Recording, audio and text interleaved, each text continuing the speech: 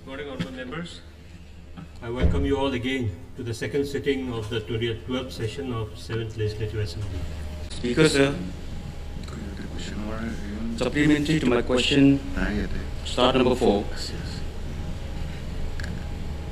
is this: we all know that Arunachal is a state that has been engulfed by the drug menace. As per the Regional Outreach Bureau, the BUB, it's rampant in 8 districts, out of which Tirap is one of them, which has been affected drastically. It's not a small matter. Drug abuse has distorted and will destroy the whole generation of our youth. The manpower, the knowledge, and the integrity that would have made our state a beautiful state as we all proclaim to be. Now it's a concern of all of us, particularly the representative. We have to be, because drug has got into our system. So I've asked this question in regard to the de-addiction center at Tirap district, which is situated at Karchu near Kunsa. It was a industry building, sometimes used by the college, which was set up there once upon a time. It was renovated for some purpose for which the government would have used it. And overnight, suddenly, it has been turned into a de-addiction center. I've got no hassles about de-addiction center as such, but it's a government property belonging to the industry department. The industry department has no knowledge. The district administration has no knowledge. The health department has no knowledge. Now, how come a building which was substantially used by the government for its department matters be suddenly handed over to a private NGO to run a rehabilitation center? Now, speakers, I have no concern about the rehabilitation center as such. But there should be a modus operandi, because it's a government to government this thing. Or if the industry department handed over the concerned building to the health department for the running of the NGO, the drug de-addiction center. But why was there no agreement as such? There is no agreement, there is no official correspondence, nothing of that sort. And also that there are also complaints by the site of the de-addiction center. The inmates have to be kept properly. There has to be love and care amongst the inmates of those who are suffering from drug abuse. They are suffering, they are not criminals. I won't call them criminals. They are patients, they are health patients who need to be treated with utter concern and care. And counseling also has to be given. But what impact has this de-addiction center or a detoxification center has made to the lives of those drug addicts? After they are out for some time, then what happens to their whereabouts is not known. No one is of concern. They get some annual grants from the government department or from the government of Arunachal. Whether the de-addiction center has been made for making money or to treat the patients which are in utmost requirement of being treated. So this is the situation in Tirap district. What I feel is that should be some official correspondence. And de-addiction centers also should be established in the district hospitals or the general hospitals. If you give the entire grant to this private NGOs, of course I have no hassles, as I have said before, Honourable Speaker, sir. Anybody who inspires or wants to sacrifice for the concern and welfare of the people, I have no objections. Most welcome. But then, the orientation and the thought perception should not be to make money out of those centers. That is the concern. So I feel some sort of a official arrangement should be made. And also there are complaints. You're giving suggestions or putting up a supplement? No, it's also say it's a very important matter. It's a drug issue which has engulfed the entire state. No, it's not a matter of joke. I mean, almost 8 districts have been engulfed by this drug abuse. And what will happen? Entire generation has been what we call totally destroyed, distorted. The answer has been supplied to you. What is your supplementary? If you can just ask the supplementary. No, I mean, he's saying that no agreement has been made. The industry department does not know. The health department does not know. Yes. The government, district administration does not know. How come overnight suddenly one fellow came and set up his what you call de-addiction center there? Who has given that authority? Minister. Tirap district doesn't have an industrial estate. Industry is one of the main fundamentals for the uplift of the economy. And all the illegal timber operation that is being carried on in the districts goes to industrial estates of other districts like Wanglin and Lowangdong. Now, wouldn't it be better if we have an industrial estate? Why can't that industry building be generated or made into an industrial estate so that the timber mills also can be set up there? But I don't think it was made for the de-addiction center.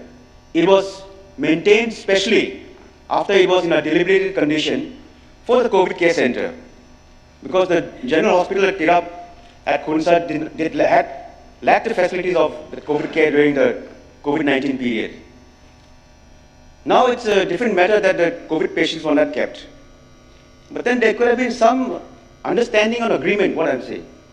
And without the de-addiction center also being prevailed, now Tirap district has also come out with a very human service to this drug, addict people. Project Patighat has been initiated by Tirap district. What is your main concern in the supplementary? Yes. What is your main concern in the supplementary? I think you are deviating my from the main question. My concern, my one and only concern is, just ask the supplementary on that only. My one and only concern is the drug abuse that has been prevalent in the district. Because now the SP has also taken a very noble initiative by Project Patighat, which is also, the police are maintaining or trying to bring those drug addicts into a proper counseling center. So these issues also can be taken an initiative of by the government. Now, what my concern is that the place where the de-addiction center is not conducive for the inmates to stay. There is no open space, and schools are nearby, residences are nearby, and so it should be kept in somewhere in an aloof, in a more open space. So my concern and my supplementary is that de-addiction center should be shifted to somewhere else, so that it does not antagonize those people staying nearby, like the schools be affected, or the public residences who are there be affected by the de-addiction center that is there. So what steps is the department taking into? But the health department also does not know anything. The district administration does not know. So that is the concern. My concern is that. Okay. All my praise and my thanks to the de-addiction center. I think both that is not my concern. And the Honorable Minister on a different frequency level. No, how it runs, it's good if the health department praises it or if the government praises it. My concern is that whether a government building can be, without any agreement, without any official notice, be handed over to a private entrepreneur. If this is the case, then this situation will come out to the entire state. There will be people who will be capturing the government establishment, private individuals. Now, and also one thing, if from 25 to 50 bedded, even 100 bedded, I've got no concern. All my best wishes to the de-addiction center. It's for a purpose, it's for the society. but let him or her make that de-addiction center in or his or her own land.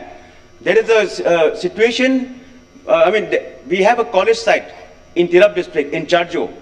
That college site can at no cost be given to run the de-addiction center there. Now, before any activities or action is taken, I think the public also should be made aware of. And public also should be taken into confidence. If he or she establishes in our own plot, I've got no idea, no objections.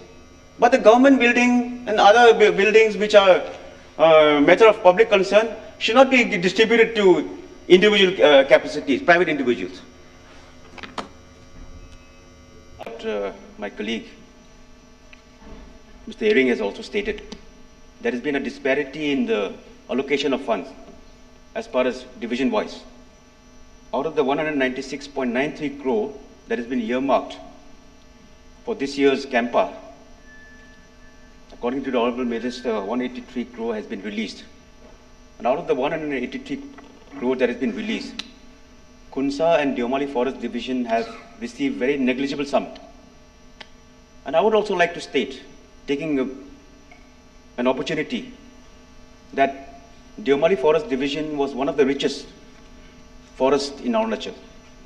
The magnificent Holong and Mackay trees, totally denuded now, destroyed, were grown there. And the maximum revenue paid during the forest tree permit era was from Deomali and other divisions, of course. There are also other divisions like Namsai, Changlang, Jerampur, Meo, and all this. They were also there. Now the amount that has been earmarked through Campa for this, once upon a time, very rich forest divisions, we are treating them as outcasts. No more milk, you have nothing to do with us. So hardly a crore here and a there has been earmarked for them. So the discrepancy in allocation of fund is very relevant. So what steps is the minister concerned going to take to see that equal parity of fund allocation is made to forest divisions, particularly in those areas? And why I'm deeply concerned is also, I've also asked the DFO of Deomali, of Khunsa, and the range officers there, because my constituency, where this border range happens to be there, it's very adjacent to the Assam border and highly disputed, very vulnerable and very hot spot as far as the border affairs are concerned. So I had requested the Deomali Forest, DFO, Division Officer there, to plant lakhs of trees in the border areas. And in my range, only 5 hectares of regeneration of trees was taken this year. And as Honorable Member, Mr. Ehring, has also said, elephants are also, create havocs in those areas. People are scared to plant, to grow rice because of this elephant menace. And how many watchtowers have been built there? And what steps is the Forest Department taking so to counter this elephant menace? These are issues that have to be taken by the department. But when there is no fund allocated for the concerned department, they cannot do it empty-handed.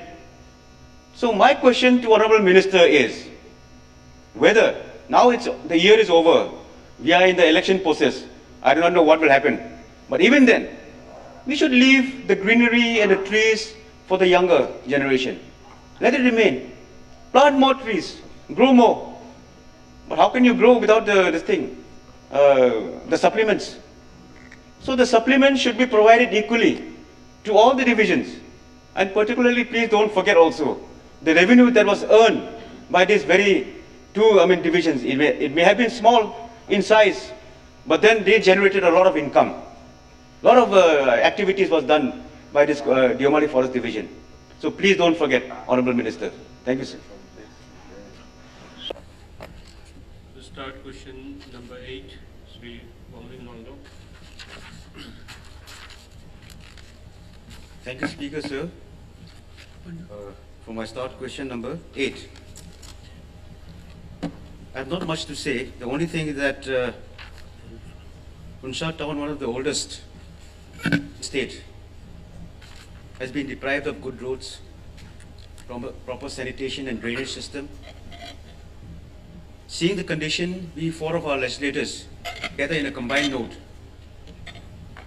had submitted to the Honorable Chief Minister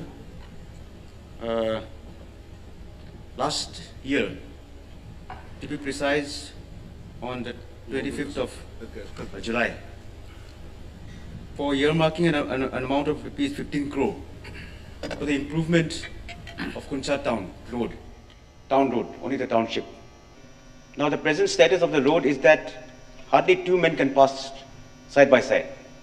So all towns in the state are in a growth process, and I think one of the oldest towns, district towns in the state, also should be taken ample care of. So my request to the Honorable DCM sir and Minister of Planning is whether he will assure for earmarking and allotting that 15 crore that the four of us legislators had combinedly put in a note form. Thank you. Honorable DCM.